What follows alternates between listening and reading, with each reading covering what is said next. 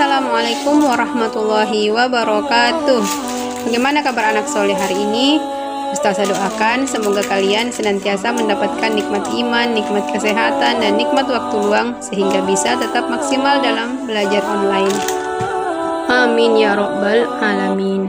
Baik anak soleh dan soleha, sekarang kita lanjutkan pembelajaran kita masih di tema 2, persatuan dalam perbedaan, subtema 3, bersatu kita teguh di pembelajaran yang pertama. Sebelumnya kita akan melihat dulu tujuan pembelajaran kita hari ini.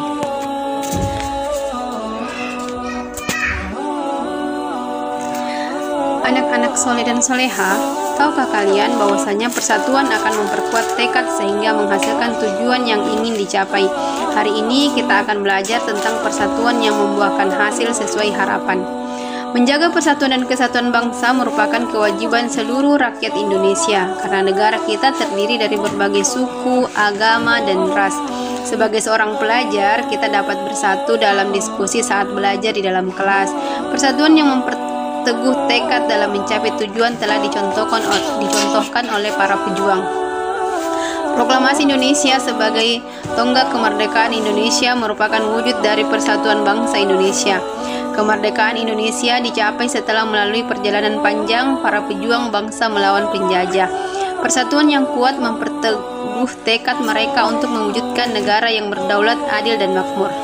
Tuhan hati dalam mewujudkan persatuan dapat dicontoh dari seorang pemuda di masa proklamasi kemerdekaan. Beliau adalah B.M. Dia. Untuk lebih mengetahui, mari kita membaca teks yang berjudul B.M. Dia dan Naskah Asli Proklamasi.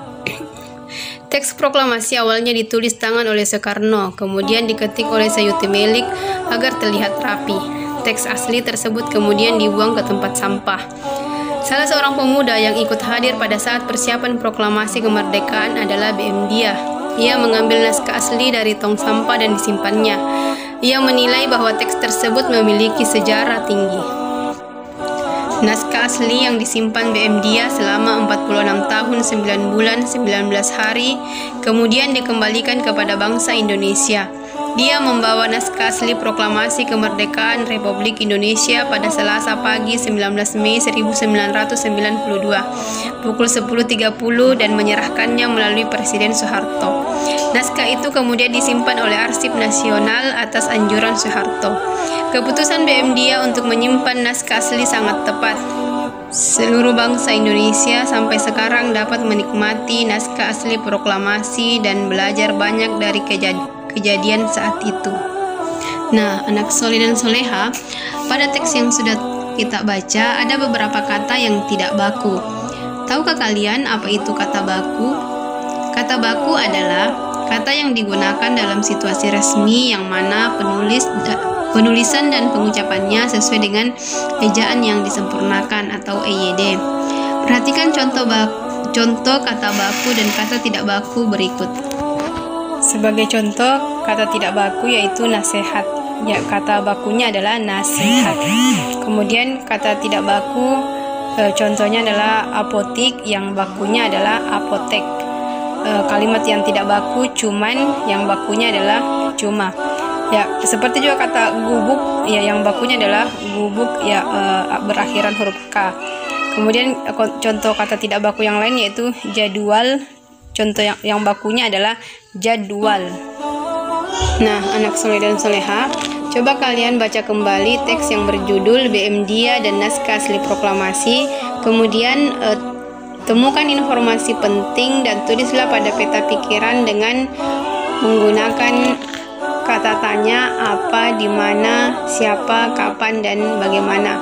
Setelah itu, kembangkan informasi yang kalian dapatkan dengan memperhatikan kata baku dengan kata yang tidak baku. Ya, usahakan untuk senantiasa menggunakan kata baku seperti yang tadi sudah kita jelaskan. Sebagai contoh, kalian bisa menulis pertanyaan, siapa nama tokoh yang menyimpan naskah asli proklamasi? Maka jawabannya adalah B.M. Dia. Anak soleh dan soleha, pernahkah kalian melihat pohon-pohon di sekitar rumah kalian? Menurut kalian, apa saja manfaat pohon-pohon tersebut? Untuk lebih mengetahuinya, mari kita lihat beberapa contoh manfaat tumbuhan bagi manusia. Yang pertama yaitu beluntas. Beluntas ini kadang dijadikan sebagai pagar hidup bagi sebagian orang. Kemudian ada lidah buaya. Ya, lidah buaya manfaatnya dapat menyerap polusi udara di sekitar kita. Ya, kemudian tumbuhan yang lain ada tumbuhan bakau yang juga memiliki banyak manfaat, seperti akar bakau dapat mencegah abrasi di pantai dan juga menjadi tempat hidup hewan laut seperti ikan, udang, dan sebagainya. Selain tumbuhan, hewan juga memiliki banyak manfaat bagi manusia. Contohnya yaitu keong sawah. Ya, keong sawah ini berguna untuk membersihkan lumut di kolam ikan. Kemudian yang lainnya adalah cacing tanah. Ya, cacing tanah bermanfaat untuk menyuburkan tanah. Kemudian hewan yang lainnya yaitu domba, ya, dapat dimanfaatkan sebagai pembuat kain wol. Kemudian kotorannya dapat dijadikan sebagai pupuk tanaman dan dagingnya dapat dimakan. Secara umum, hewan dan tumbuhan sangat bermanfaat bagi manusia. Adapun manfaat hewan bagi manusia dan lingkungan yaitu sebagai penghasil bahan pangan. Manusia banyak memanfaatkan hewan untuk bahan makanan seperti daging, telur, dan susu. Kemudian sebagai penghasil bahan sandang, hewan memiliki manfaat terkait kebutuhan sandang seperti kain sutra yang berasal dari serat kepompong ulat sutra. Kemudian penghasil bahan kerajinan seperti kulit sapi dan kerbau yang dimanfaatkan sebagai bahan pembuatan wayang kulit. Selain itu, bulu angsa juga dapat dimanfaatkan untuk membuat rok. Kemudian penghasil pupuk organik. Kotoran berbagai jenis hewan seperti sapi dan kambing dapat digunakan sebagai bahan pembuatan pupuk organik yang baik dan tidak membahayakan bagi lingkungan. Kemudian bisa juga menjadi penghasil tenaga, ya, dengan tenaga gajah misalnya dimanfaatkan untuk mengangkut kayu, kemudian tenaga kuda dimanfaatkan untuk menarik delman, demikian juga tenaga kerbau dimanfaatkan untuk membajak sawah. Adapun manfaat tumbuhan bagi manusia dan lingkungan yaitu sebagai bahan makanan, kemudian sebagai bahan sandang, sebagai bahan bangunan, sebagai bahan obat, sebagai bahan industri, sebagai bahan pewarna alami, dan juga menjaga kualitas air.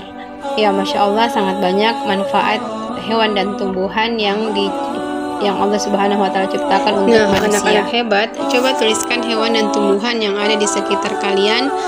Tuliskan habitatnya dan apa manfaatnya bagi manusia.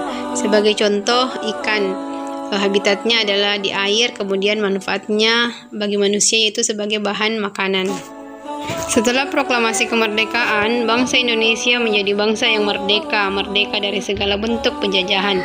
Setiap warga negara berhak untuk menikmati kemerdekaan tersebut, namun berkewajiban pula untuk menjaga kemerdekaan. Bangsa Indonesia kemudian melakukan pembangunan dalam berbagai bidang, misalnya pada bidang pendidikan.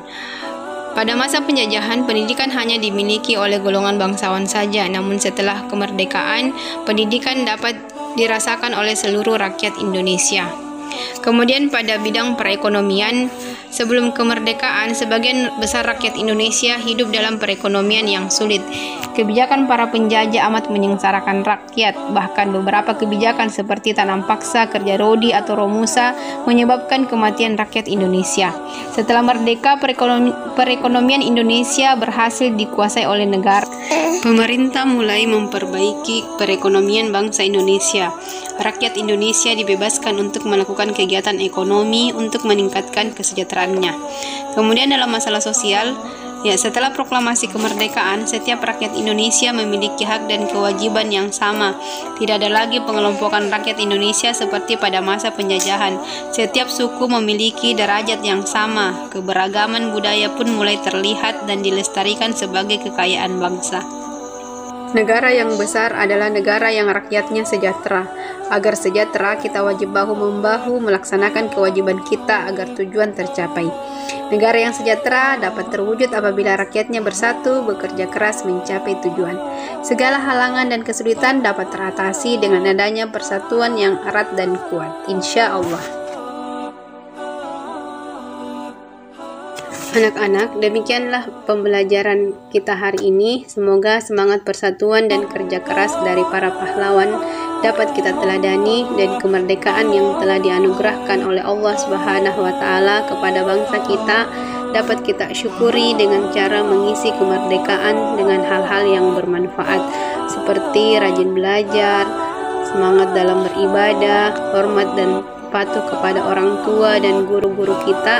Mari terus belajar dan berkarya. Kita cukupkan dengan membaca doa kafaratul majelis. Subhanakallahumma wa bihamdik asyhadu an la ilaha illa anta astaghfiruka wa atubu ilaik. Wassalamualaikum warahmatullahi wabarakatuh.